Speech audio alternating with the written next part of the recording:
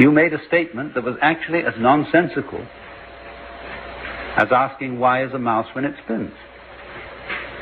But this statement about God doing or ruling all things sounded meaningful because we're used to it, but is really pure nonsense.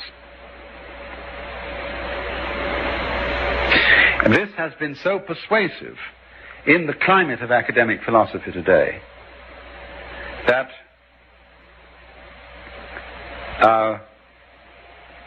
idealism of all kinds is, as I said, extremely unfashionable.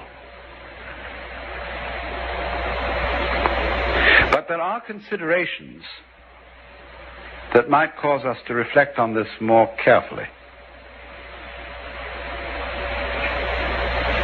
Because we can think of situations analogous to the idea that all things are ruled by God, or all things exist only in the mind. There are situations analogous to that in our everyday experience.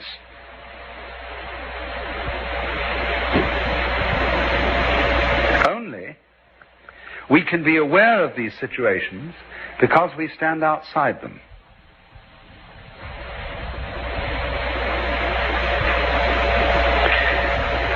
Now, first of all, consider a mirror.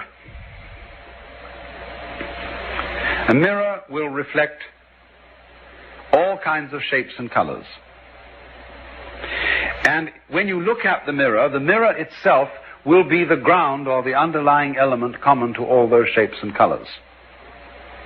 And it is not meaningless to say that they are all reflections in a mirror, because the mirror has an edge, and you can see other things around the mirror which behave in a different way from the reflections.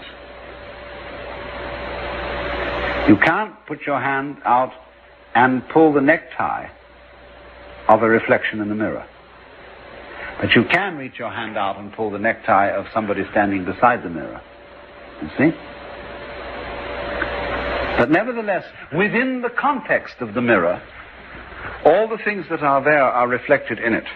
And if the mirror weren't there, they wouldn't be there, those reflections. Now, supposing similarly, everything that exists has its being in a mirror called the mind. Only, there is no way of seeing the edge of this mirror.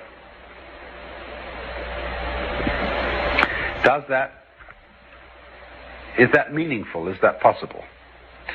The positivist, the logical analyst will say no, because the statement makes no difference to anything.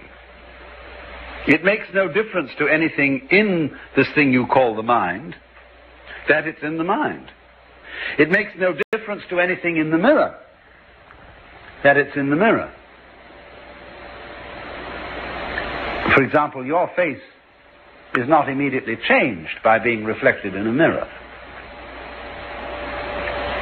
The mirror doesn't exercise influences, or so they say, upon the reflections, but it very well could. Let's consider what we were discussing last night. Lenses in cameras influence the kind of world they photograph.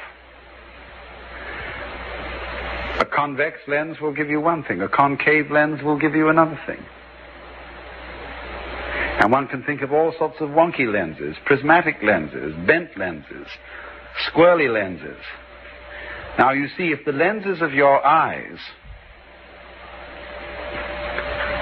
could be said to distort the physical world, you would take that distortion as normal, because there would be no way of setting up a standard and saying, by that standard my eyes are wrong, unless you simply took some other kind of a lens and said, this is right, and the eyes distort it.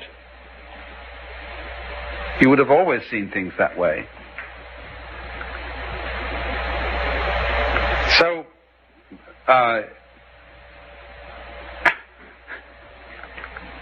nevertheless, whether the eyes are distorted or not distorted is impossible to decide.